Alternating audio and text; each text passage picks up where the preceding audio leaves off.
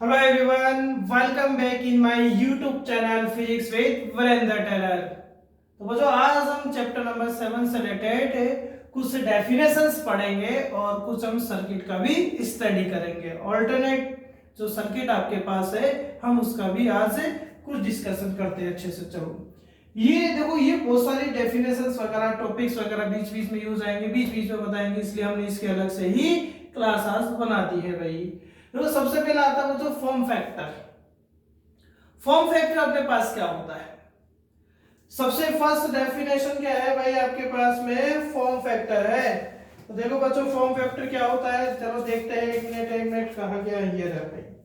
Form factor I RMS यानी effective value, I am यानी mean value, यानी आप भी कह सकते हैं जो भी आरएमएस वैल्यूज आपके पास होती है उसमें आप मीन वैल्यू का यदि डिवाइड कर देते हैं तो उसको क्या बोलते हैं? फॉर्म फैक्टर बोलते हैं। अब वो चाहे आप वोल्टेज के लिए ले चाहे आप करंट के लिए ले, तो वी आरएमएस और आई मीन, वी आरएमएस और वी एम और आई आरएमएस और आई एम, यानी आरएमएस और मीन वैल्यू का जो रेशियो होता है वो फॉर्म फैक्टर होता है। अब जैसे मान लो आपको फाइंड करना हो, जैसे आपको भाई फैक्टर होता है, ये एक रेशियो है, तो आपको इसका वैल्यू फाइंड करना है। ये देखो, ये अपने पास में जो वेव होता है उनके नेचर को डिफाइन करता है। अब इसको ये कैसे देखो वैल्यू देखते हैं। आई आर एम एस बच्चों क्या पढ़ा था? आई नॉट बाई रूट 2 पढ़ा था। अरे पढ़ा था नहीं पढ़ा था हमने? यानी ये, चलो आई के रेस्पेक्ट वाला बता रहा हूं, एज इट इज वी के रेस्पेक्ट वाला भी हो सकता है। अब ये क्या पढ़ा था बच्चों? 2 आई नोट अपॉन क्या पढ़ा था? पाई पढ़ा था नहीं पढ़ा था? देखो आई नोट से आई नोट अपने पास क्या हो रहा है? कैंसिल आउट हो रहा है, ये कैंसिल आउट हो गया, ठीक है। ये पोर्शन यहां पहुंच जाएगा, ये पोर्शन यहां रहेगा, तो ऊपर पहुंच गया पाई, और ये इससे मल्टीप्लाई होगा तो 2√2 आ गया। अब इसको आप जब सोल्व कर देते हैं, इसको जब आप सोल्व कर देते हैं तो पाई का वैल्यू रख देते हैं, चलो यार 3.14, ये 2√2 का वैल्यू क्या होता है? 1.41, इसको आप सोल्व करते हैं तो अप्रोक्सीमेट 1.11 आता है। तो ये फॉर्म फैक्टर होता है। यानी फॉर्म फैक्टर क्या होता है? आरएमएस, कौन सा है? आरएमएस, और जो मीन वैल्यू होता है उसका रेशियो क्या होता है आपके पास? फॉर्म फैक्टर होता है। चाहे आप इसको वोल्टेज के लिए फाइंड करें चाहे आप करंट के लिए इसको फाइंड करें, उसका आंसर ऑलवेज कितना रहेगा? 1.11 ही रहेगा। क्लियर है भाई अपने पास में? नेक्स्ट देखते हैं इम्पीडेंस। इम्पीडेंस यदि आपको पढ़ना है तो थोड़ा सा रेसिस्टेंस का माइंड में रखिए आप। रेसिस्टेंस क्या होता था? रेसिस्टेंस की बात हम करें तो रेसिस्टेंस क्या होता था जिसको हम आर से लिखते थे, यहां रेसिस्टेंस कर देते हैं, रेसिस्टेंस आर होता था। रेसिस्टेंस यानी रेसिस्ट करना, रोकना। किसको रोकना? करंट के फ्लो को, चार्ज को। करंट के फ्लो को रोकने के लिए आप जिसका यूज करते हैं, जिस वायर का यूज करते हैं या जिस मेथड का यूज करते हैं वो रेसिस्टेंस आपके पास होता है। अब इंपीडेंस भी एक रेसिस्टेंस ही होता है। जैसे मान लो कि आप ऑल्टरनेटिव सर्किट पढ़ने वाले हैं। ऑल्टरनेटिव सर्किट क्या क्या होता है, चलो एक बार उसका डिस्कशन करते हैं। ऑल्टरनेटिव सर्किट में आप पढ़ेंगे, जैसे रेसिस्टेंस का पढ़े आपने, ये रेसिस्टेंस का ऑल्टरनेटिव सर्किट है, इसको आर सर्किट कहा जाएगा या प्योर आर सर्किट कहा जाएगा। ये ऑल्टरनेटिव सोर्स है, इस ऑल्टरनेटिव सोर्स को क्या लिखा जाएगा? V naught sine omega t. कहीं कहीं आपको इस तरीके से भी लिखा हुआ मिल जाता है, वही बात है आपके पास में। कितने ऑल्टरनेटिव सर्किट हमें पढ़ने वाले हैं? अब ये सर्किट क्यों बता रहा हूं? ताकि आपको डेफिनेशन इजीली में समझ में आ जाए। सेकंड मान लो, सेकंड ये देखो, ये एल सर्किट है, क्योंकि यहाँ कोईल लगी हुई, ये कोईल है, इसको हम इंडक्टर सर्किट या हम इसको क्या बोलते हैं? एल सर्किट बोलते हैं। एक ही कोईल है, इंडक्टेंस हो सकता है, सेल्फ इंडक्टेंस हो सकता है, इसको इंडक्टर कोईल बोलते हैं। यानी ये आर है, इसको आर सर्किट कहा जाएगा, प्योर आर सर्किट। इसको एल सर्किट कहा जाएगा। एल क्यों यूज लिया हमने? क्योंकि सेल्फ इंडक्टर है, सेल्फ इंडक्टेंस होगा। सेल्फ इंडक्टेंस क्या होता है? एल होता है, इसलिए इसको एल सर्किट कहा जाता है। फिर हम इसमें में पढ़ेंगे सी सर्किट। सी का मीन समझ रहे भाई? सी है क्या है? कैपेसिटर है, तो ये कैपेसिटर का सर्किट पढ़ेंगे, सी सर्किट पढ़ेंगे। अब फिर हम इनका दो दो का कॉम्बिनेशन पढ़ते हैं। कौन सा कॉम्बिनेशन? Series combination. पैरेलल नहीं है भाई आपके पास में, सीरीज कॉम्बिनेशन पढ़ते हैं। पहले आर और एल का सीरीज करें तो ये आर, ये एल, ये सीरीज कॉम्बिनेशन आ गया, ये आर का और ये एल का। तो ये आर एल सर्किट बोलेंगे भाई इसको। क्या बोलेंगे भाई हम इसको? R L circuit, alternative circuit, R L alternative circuit. L R भी बोल सकते हैं, कोई फर्क नहीं पड़ता है, सीरीज है भाई। अब फिर ये दोनों का कॉम्बिनेशन हो चुका, तो इन दोनों का कॉम्बिनेशन, इन दोनों का कॉम्बिनेशन ये लो, ये इन दोनों का कॉम्बिनेशन किस किस का? ये आर का, सी का, तो इसको आरसी सर्किट बोलेंगे भाई हम। क्या बोलेंगे इसको? RC circuit. ये पढ़ेंगे डिटेल्स, ये सारे सर्किट डिटेल से पढ़ने वाले हैं। इन सर्किट में ही ये चीजें पढ़ते हैं, ये सारी चीजें भी सर्किट में ही, जब इनका कुछ ना कुछ हम जो कैलकुलेशन करेंगे इनमें ये सारी चीजें पढ़ी जाएगी भाई आपके पास में। लेकिन कौन से सर्किट में क्या पढ़ा जाएगा वो होगा क्या, इसलिए मैंने ये सर्किट बनाई है यहाँ पर।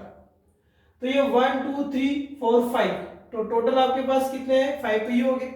अब देखो एल और सी का कॉम्बिनेशन भी तो रह रहा है, तो एल और सी का कॉम्बिनेशन, ये एल और ये सी, जिसको एलसी सर्किट कहा जाता है। इसमें रेजोनेंस होता है।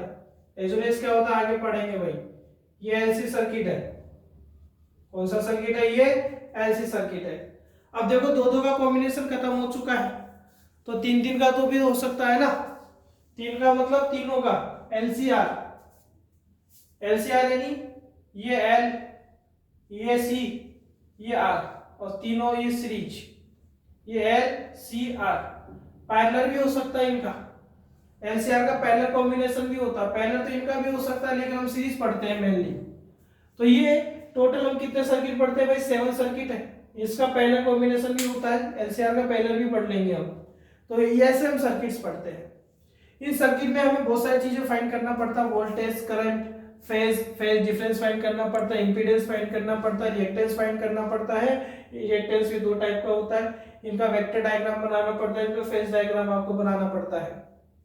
तो कहने का मीन क्या है बच्चों मेरा, कि ये सर्किट जो हम पढ़ेंगे ना, इन सर्किट में छोटी छोटी चीजें यूज आएगी। यदि हम इन छोटी छोटी चीजों को अलग से पढ़ लेंगे तो वह हमें ज्यादा परेशान नहीं करेगी, कंफ्यूज नहीं करेगी। क्योंकि बार बार जब इन चीजों को पढ़ते हैं, अलग अलग टॉपिक में अलग अलग पढ़ते हैं, तो कंफ्यूज होता है। यदि मैं यही से इन चीजों को अच्छे से एक्सप्लेन कर दूंगा तो आपको प्रॉब्लम बाद में नहीं आने वाली। तो देखो सबसे पहले इंपीडेंस की बात करते हैं। इंपीडेंस क्या होता है बच्चों अपने पास में? इंपीडेंस एक रेसिस्टेंस का ही वर्क करता है। इंपीडेंस जैसे मैं मान लो कि यहाँ में आई का v इक्वल टू क्या होता है? आई आर होता है।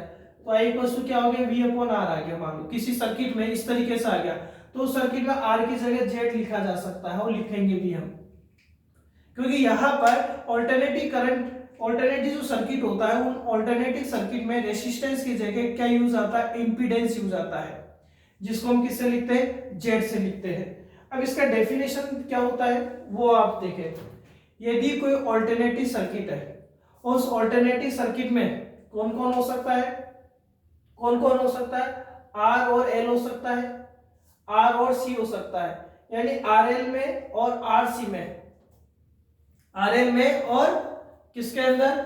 आर सी में। यानी यदि किसी में भी आर एल हो, आर एल यानी समझ लो रेसिस्टेंस, और एल यानी इंडक्टर आपके पास में, आर सी सर्किट यदि होता है, तो उसमें जो रेसिस्टेंस के जगह किस किस में बता रहा हूं, अच्छे से सुनना, अच्छे से लिख सकते हो आप चाहे। यदि आर एल सर्किट ले और आर सी सर्किट आप ले और एलसीआर, मतलब यदि कहीं पर भी ऐसे सर्किट हो, एलसी नहीं होना चाहिए, केवल एलसी नहीं होना, इसको भूल जाओ आप एक बार। इन तीनों सर्किट में देखो, इन तीनों सर्किट में एलसी का कॉम्बिनेशन की बात नहीं कर रहा। एलसी में हम इंपीडेंस यूज नहीं लेते हैं, एलसी में हम रिएक्टेंस यूज लेते हैं भाई।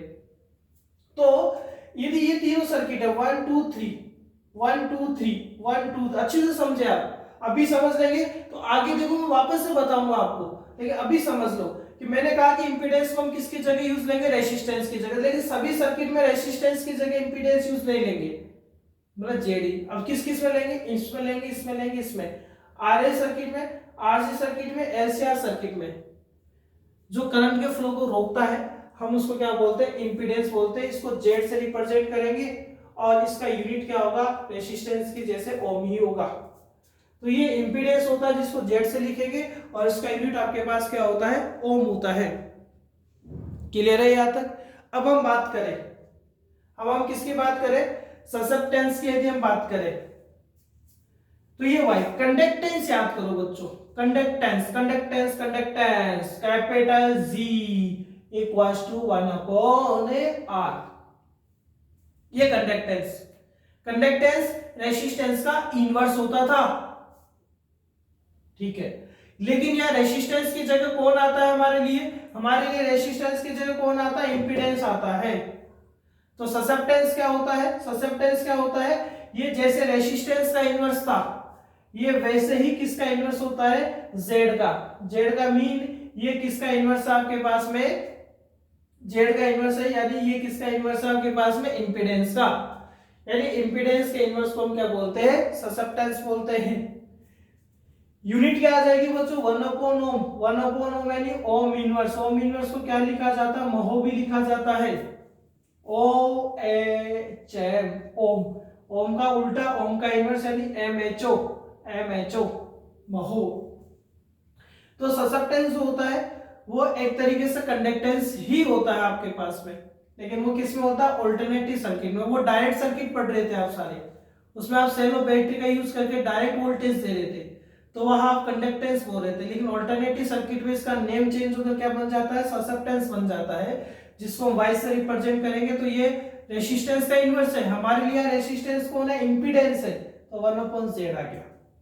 रिएक्टेंस बहुत ही खतरनाक। रिएक्टेंस में क्या होता है, यदि आपके पास एल सर्किट हो या सी सर्किट हो या दोनों का कॉम्बिनेशन हो, एल सर्किट हो, सी सर्किट हो या दोनों का कॉम्बिनेशन हो, एलसी या दोनों का कॉम्बिनेशन हो, इसमें भी कुछ रेजोनेंस की कंडीशन में देखेंगे। यदि किसी भी सर्किट में, कौन सा ऑल्टरनेटिव सर्किट में, या तो वो एल सर्किट हो, प्रॉपर एल सर्किट हो, या प्रॉपर सी सर्किट हो, या प्रॉपर क्या हो आपके पास में एलसी सर्किट हो, या इसका एक कंडीशन रेजोनेंस का कंडीशन भी हम देखेंगे। वापस से सुनो, मैंने क्या कहा, आरएल में, आरसी में और एलसीआर में जो रेसिस्टेंस को हम बताएंगे वो इंपीडेंस होगा, करंट को अपोज करने वाला इंपीडेंस होगा इन तीनों सर्किट में, 1 2 3। लेकिन एल में, सी में और एलसी में और इसका एक रेजोनेंस की कंडीशन में जो करंट को रोकता है, मतलब जो रेसिस्टेंस का वर्क करता है, हम उसको क्या बोलते हैं, रिएक्टेंस बोलते हैं। यानी रिएक्टेंस स्पेशल है, या तो एल हो या सी हो या दोनों का कॉम्बिनेशन हो, या दोनों का क्या हो बच्चों, कॉम्बिनेशन हो। तो उसमें जो करंट को रोकेगा, उन सर्किट में जो करंट को रोकेगा, हम उसको रिएक्टेंस बोलेंगे। उसको किससे लिखते हैं, एक्स। यानी रिएक्टेंस एक इंपीडेंस ही होता है, रिएक्टेंस भी इंपीडेंस ही होता है, लेकिन इनको सर्किट के अकॉर्डिंग डिवाइड किया गया है। सर्किट के अकॉर्डिंग क्या, मतलब कुछ सर्किट में हम रेसिस्टेंस को इंपीडेंस बोलेंगे, कुछ सर्किट में मैंने बताया आरएल, आरसी और एलसीआर। लेकिन वो सर्किट जिनके अंदर प्रॉपर या तो एल आ रहा हो या प्रॉपर सी आ रहा हो या इन दोनों का कॉम्बिनेशन आ रहा हो, एलसी, वहां पर हम इंपीडेंस को क्या बोलने लग जाते हैं, रिएक्टेंस बोलने लग जाते हैं। यानी रिएक्टेंस भी एक रेसिस्टेंस ही होता है, करंट को अपोज करता है, बट हम इसको किससे लिखते हैं, एक्स से लिखते हैं। तो इसका भी बच्चों यूनिट जो होगा, इसका जो यूनिट होगा वो यूनिट क्या होगा, ओम ही होगा। इसका यूनिट भी क्या रहेगा, ओम ही रहेगा। नेक्स्ट हम बात करें कि रिएक्टेंस दो टाइप का होता है। यदि आप उसको एल के लिए यूज ले रहे हैं, उस रेसिस्टेंस को आप एल के लिए यूज ले रहे हैं, किसके लिए, एल सर्किट के लिए यूज ले रहे, तो आप उसको इंडक्टिव रिएक्टेंस बोलेंगे। क्या बोलेंगे बच्चों, आप उसको इंडक्टिव रिएक्टेंस बोलेंगे। मैंने कहा, क्या कहा, रिएक्टेंस से क्या होता है, इंपीडेंस ही होता है, करंट को अपोज करने वाला ही होता है, लेकिन हम इसको स्पेशल सर्किट में यूज लेते हैं, या तो एल हो या सी हो या दोनों का कॉम्बिनेशन एलसी हो या इसका कुछ कंडीशन हो जिसमें रेजोनेंस आता है। तो ये इंडक्टिव जो रिएक्टेंस होता है उसको हम एक्सएल लिखते हैं। आगे की क्लास में डिस्कस करूंगा मैं डिटेल से ये अभी दिमाग में बातें रखेंगे तो वहां आपको कुछ भी परेशानी नहीं होने वाली, मैं कह रहा हूं आपको हर चीज बहुत इजीली समझ में आने वाली है। तो ये इंडक्टिव रिएक्टेंस होगा यदि आप इस रिएक्टेंस को यानी इस एक्स को यदि प्रॉपर एल सर्किट के लिए यूज लें तो आप उसको क्या बोलेंगे, इंडक्टिव रिएक्टेंस। यानी एल सर्किट में आप रेजिस्टेंस इंपीडेंस के लिए क्या यूज लेंगे, इंडक्टिव रिएक्टेंस यूज लेंगे, जिसको किससे लिखेंगे, एक्सएल से। और बच्चों एक्सएल जो होता है वो हमेशा एल ओमेगा आएगा आपके पास में, आगे प्रूफ भी आ जाएगा, प्रूफ आ जाएगा आपके पास में। एक्सएल क्या होगा, एल ओमेगा होगा। एल क्या होगा आपके पास में, तो एल यहाँ सेल्फ इंडक्टेंस होगा, ओमेगा या एंगुलर फ्रीक्वेंसी होगा। ओमेगा का वैल्यू 2 पाई अपॉन टी या 2 पाई एफ भी लिखा जा सकता है, 2 पाई एफ भी लिखा जा सकता है। मतलब ये एक्सएल फ्रीक्वेंसी पे डिपेंड करता है। तो ये हम बात करें कि यहाँ यदि आप इस रिएक्टेंस को एल सर्किट के लिए यूज लेते हैं तो हम उसको क्या बोलते हैं, इंडक्टिव रिएक्टेंस बोलते हैं। और यदि आप इसको प्रॉपर सी सर्किट के लिए, प्रॉपर देखो ये रहा proper C circuit, proper C circuit के लिए यूज लेते हो तो उसको कैपेसिटिव रिएक्टेंस बोलते हैं। और कैपेसिटिव रिएक्टेंस को हम एक्सी से बताते हो, एक्सी 1/c ओमेगा होता है बच्चों। हम आगे इसका फॉर्मूला ड्राइव करेंगे, आएगा अपने पास में। हम इसके लिए जब वोल्टेज फाइंड करेंगे तो एक्सी आ जाएगा आपके पास में, जो किसकी जगह लिखा हुआ दिखेगा आपको, रेसिस्टेंस की जगह लिखा हुआ दिखेगा। और उसको क्या बोलेंगे, कैपेसिटिव रिएक्टेंस। यानी रिएक्टेंस और इंपीडेंस क्या होते हैं, रेसिस्टेंस ही होते हैं एक तरीके से, करंट को अपोज करते हैं। लेकिन कुछ स्पेशल सर्किट में हम उसको इंपीडेंस बोलेंगे और उनसे थोड़ा स्पेशल यानी एल होगा, सी होगा या एल सी होगा, हम उसमें उसको रिएक्टेंस से लिखेंगे, एक्स से लिखेंगे। प्रॉपर यदि आपके पास सी सर्किट होगा तो उसको कैपेसिटिव रिएक्टेंस बोलेंगे इंपीडेंस को, जिसको एक्सी से लिखेंगे और एक्सी 1/c ओमेगा होगा। यदि प्रॉपर एल सर्किट होगा तो उसको हम इंडक्टिव रिएक्टेंस बोलेंगे, जो एक्सएल होगा, और एक्सएल क्या होगा, एल ओमेगा होगा। क्लियर है भाई? तो यहां तक मैं आपको एक्सप्लेन कर चुका हूं। 1 2 3 4 2 पॉइंट और बचे, इसको भी हम देख लेते हैं। तो इसको साफ कर देते हैं। देखिए अब दो की बात और करते हैं बच्चों, वेक्टर डायग्राम या वेक्टर ग्राफ। ये बनाते हम इन सभी सर्किट में बनाएंगे दोनों, वेक्टर डायग्राम या ग्राफ क्या होता है। देखिए आप E और V की बात करेंगे हमेशा, E और I की, या E की जगह V हो सकता है भाई, वोल्टेज, ठीक है। और यदि इनका रिलेशन आप टाइम के ग्राफ के साथ बनाते हैं, जैसे मान लो सपोज किसी का E है, ये कौन है, E है किसी का, और ये सपोज करें कि ये सेकंड वाला क्या है आपके पास में, मान लो करंट है, I है, और दोनों का ग्राफ आप किसके साथ बनाते हैं, टाइम के साथ। यानी ये वेक्टर डायग्राम क्या होते हैं बच्चों, वेक्टर डायग्राम क्या होते हैं, यदि आप करंट का और वोल्टेज का रिलेशन, कौन सा करंट, ऑल्टरनेटिव करंट, कौन सा वोल्टेज, ऑल्टरनेटिव वोल्टेज, इनका रिलेशन आप टाइम के ग्राफ के साथ यदि डिफाइन कर दें, टाइम के ग्राफ के साथ यदि आप बताते कि ये इक्वल है, कौन ज्यादा हो रहा, कौन फॉरवर्ड हो रहा, कौन बैक जा रहा है, इनमें दोनों में फेज डिफरेंस कितना है, ये सारा यदि आप टाइम के ग्राफ के साथ यदि डिफाइन करेंगे तो आप क्या बोलेंगे, उसको वेक्टर डायग्राम बोलेंगे। यानी वेक्टर डायग्राम जो है, वेक्टर जो कर्व है या जो वेक्टर आपके पास ग्राफ होता है वो E और I में, V और I में, E बोल दो, V बोल दो, मैं टाइम के साथ जब रिलेशन बताएगा, टाइम के साथ जब हम ग्राफ बनाएंगे तो उसको क्या बोलेंगे, आप वेक्टर डायग्राम बोलेंगे। लेकिन फेजर डायग्राम क्या होता है भाई, देखो फेजर डायग्राम देखेंगे आप। फेजर डायग्राम में देखो एक वर्ड आ रहा बच्चों, फेज। फेज का मतलब हो गया एंगल, फेज का मतलब कौन हो गया, एंगल। I और V में कितना एंगल है, कितना फेज डिफरेंस है, I और V में कितना फेज है, कितना फेज डिफरेंस है,